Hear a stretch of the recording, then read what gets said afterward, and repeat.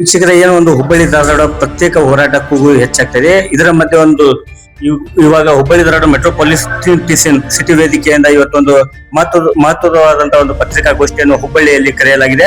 ಬನ್ನಿ ಅವರೊಂದಿಗೆ ಮಾತನಾಡೋಣ, ಏನ್ ಹೇಳ್ತಾರೆ ಕೇಳೋಣ. ಸರ್, ಇವತ್ತಿನ ಈ ಒಂದು ಪತ್ರಿಕಾಗೋಷ್ಠಿಯ ಉದ್ದೇಶ ಏನು? ಇವತ್ತು ನಾವು ಸಮಾಜದ ವಿಭಿನ್ನ ಕ್ಷೇತ್ರಗಳಿಂದ ಬೇರೆ ಬೇರೆ ಮುಖಂಡರು, ಬೇರೆ ಬೇರೆ ನಾಗರಿಕ ಸಂಘ ಸಂಘಟನೆಗಳ ಮುಖಂಡರು ಒಟ್ಟಿಗೆ ಬಂದು ಈ ಧಾರವಾಡ ಪ್ರತ್ಯೇಕ ಪಾಲಿಕೆ ಆಗ್ಬೇಕನ್ನೋ ಒಂದು ಏನು ಬೇಡಿಕೆ ಇಟ್ಕೊಂಡು ಕೆಲವರು ಹೋರಾಟ ಮಾಡ್ತಾ ಇದ್ದಾರೆ. ಅದು ತಪ್ಪು ಅಂತ ಎಲ್ಲ ಅಂಕಿ ಅಂಶಗಳ ಮುಂದೆ ಇಟ್ಕೊಂಡು ನಮ್ಮ ಒಂದು ಅಭಿಪ್ರಾಯವನ್ನ ನಾವು ಜನರ ಜೊತೆ ಹಂಚಿಕೊಳ್ಳಿಕ್ಕೆ ಮುಂದೆ ಬಂದಿದ್ದೀವಿ. ಮತ್ತೆ ಒಂದು ಕರಪತ್ರವನ್ನ ಇವತ್ತು ನಾವು ಬಿಡುಗಡೆ ಮಾಡಿ ಎಲ್ಲ ಜನರಿಗೆ ಇದರ ಬಗ್ಗೆ ಇನ್ನೂ ಹೆಚ್ಚು ತಿಳುವಳಿಕೆ ಕೊಡುವ ಒಂದು ಅಭಿಯಾನವನ್ನ ನಾವು ಪ್ರಾರಂಭಿಸ್ತಾ ಇದ್ದೇವೆ. ಮುಖ್ಯವಾಗಿ ಹುಬ್ಬಳ್ಳಿ ಧಾರವಾಡ ಒಂದು ಕರ್ನಾಟಕದಲ್ಲೇ 2ನೇ ಅತಿ ದೊಡ್ಡ ಮಹಾನಗರ ಆಗಿ ಬೆಳೆದು ಬಂದಿದೆ. ಆಮೇಲೆ ಉತ್ತರ ಕರ್ನಾಟಕದ ಇದು ದೊಡ್ಡ ಶಕ್ತಿ ಮತ್ತು ಆರ್ಥಿಕ ಕೇಂದ್ರ ಆಗಿದೆ. 21ನೇ ಶತಮಾನದಲ್ಲಿ ಉತ್ತರ ಕರ್ನಾಟಕ ಮತ್ತು ಈ ಭಾಗದ ಯುವಜನರಿಗೆ ಹೆಚ್ಚಿನ ಅವಕಾಶಗಳು ಸಿಗಬೇಕು, ಉದ್ಯೋಗ ಅವಕಾಶಗಳು ಸಿಗಬೇಕು, ಇಲ್ಲಿ ಹೆಚ್ಚಿನ ಕೈಗಾರಿಕಾ ಘಟಕಗಳು ಇಲ್ಲಿ ಸ್ಥಾಪನೆ ಆಗಬೇಕು ಅಂತಂದ್ರೆ ಈ 2 ಅವಳಿ ನಗರ ಏನಿದೆ ಇದು ಒಟ್ಟಿಗೆ ಬೆಳಿಬೇಕು.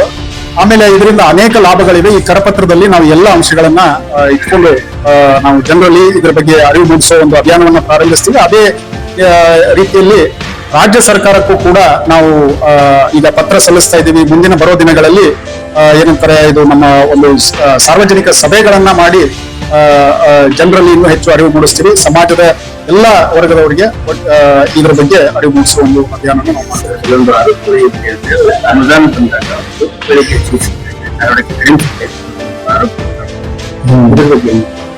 ಈಗ ಇದೊಂದು ಏನೊಂದು ಆರೋಪ ಅಂತ ತಾವು ಹೇಳ್ತಾ ಇದ್ದೀರಾ, ಕಡಿಮೆ ಅನುದಾನ ಬರ್ತಾ ಇದೆ ಅಂತಂದ್ರೆ ನಾವು ಅಂಕಿಅಂಶ ನೋಡಿದವಾಗ ಧಾರವಾಡದ ಜನಸಂಖ್ಯೆ ಎಷ್ಟಿದೆ, ಆಮೇಲೆ ಹುಬ್ಬಳ್ಳಿಯ ಜನಸಂಖ್ಯೆ ಎಷ್ಟಿದೆ, ಆ ಒಂದು ಅನುಪಾತದಲ್ಲಿ ಅದು ಡಿವೈಡ್ ಆಗುತ್ತೆ, ಅದು ಹಂಚಿಕೆ ಆಗುತ್ತೆ.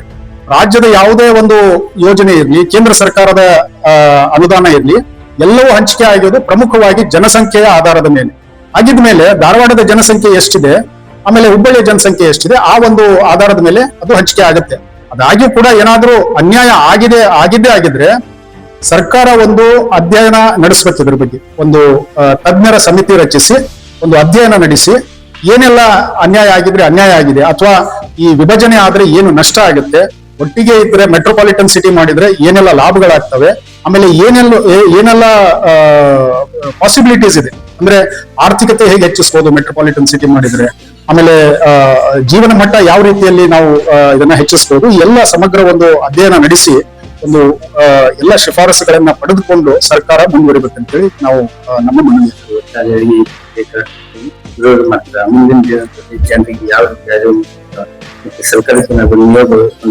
ಹೌದು, ಈಗಾಗಲೇ ನಮ್ಮ ತಂಡದವರು ಮಾನ್ಯ ಮುಖ್ಯಮಂತ್ರಿ ಅವರಿಗೆ ಭೇಟಿ ಮಾಡಿ ಇದರ ಬಗ್ಗೆ ಪ್ರಥಮ ಒಂದು ಮನವಿಯನ್ನ ಕೊಟ್ಟಿದ್ದೇವೆ. ಅವ್ರಿಗೆ ಈಗಾಗಲೇ ಅದನ್ನ ಸರಿಯಾಗಿ ಎಲ್ಲ ಕುಲಂಕುಷವಾಗಿ ಅವ್ರಿಗೆ ಈ ಮಾಹಿತಿಯನ್ನ ಕೊಟ್ಟು ಅವ್ರಿಗೆ ಇದಕ್ಕ ಮನವರಿಕೆ ಮಾಡಿಕೊಡ್ಲಿಕ್ಕೆ ನಾವು ಪ್ರಯತ್ನ ಮಾಡಿದ್ದೇವೆ.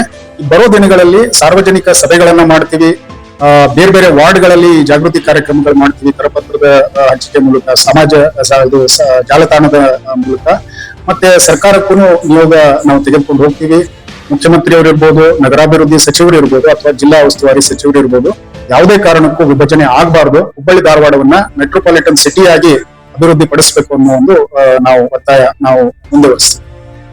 ನೋಡಿದ್ರಲ್ಲ ವೀಕ್ಷಕರೇ, ಯಾವುದೇ ಕಾರಣಕ್ಕೂ ಹುಬ್ಬಳ್ಳಿ ಧಾರವಾಡ ವಿಭಜನೆ ಆಗಬಾರ್ದು, ಹುಬ್ಬಳ್ಳಿ ಧಾರವಾಡ ಒಗ್ಗಟ್ಟಾಗಿರ್ಬೇಕು, ನಾವೆಲ್ಲ ಏಕತೆಯಾಗಿ ಬೆಳಿಬೇಕು. ಅದರಲ್ಲೂ ವಿಶೇಷವಾಗಿ ಬೆಂಗಳೂರು ಬಿಟ್ಟು ಹುಬ್ಬಳ್ಳಿ ಧಾರವಾಡ ರಾಜ್ಯದ 2ನೇ ರಾಜಧಾನಿಗೆ ಹೊರಹೊಮ್ಮುತ್ತದೆ. ಇಂಥ ಒಂದು ಸಂದರ್ಭದಲ್ಲಿ ವಿಭಜನೆ ಮಾಡುವುದರಿಂದ ನಮ್ಮ ಹುಬ್ಬಳ್ಳಿ ಧಾರವಾಡ ಜಿಲ್ಲೆ ಮತ್ತೆ ಹಿಂದೆ ಹೋಗುವಂತಹ ಒಂದು ಸಂಭವ ಇದೆ ಅನ್ನೋ ಒಂದು ಮಾತು ಕೂಡ ಮೆಟ್ರೋಪಾಲಿಟನ್ ಸಿಟಿ ವತಿಯಿಂದ ಇವತ್ತು ಹೇಳಲಾಗ್ತಾ ಇದೆ. ಮುಂದೆ ಏನಾಗುತ್ತೆ ಅಂತ ಹೇಳಿ ಕಾದ್ ನೋಡೋಣ. ಹುಬ್ಬಳ್ಳಿ ಧ್ವನಿ ಜೊತೆಗೆ ಲೋಹಿತ್ ಬಸವ.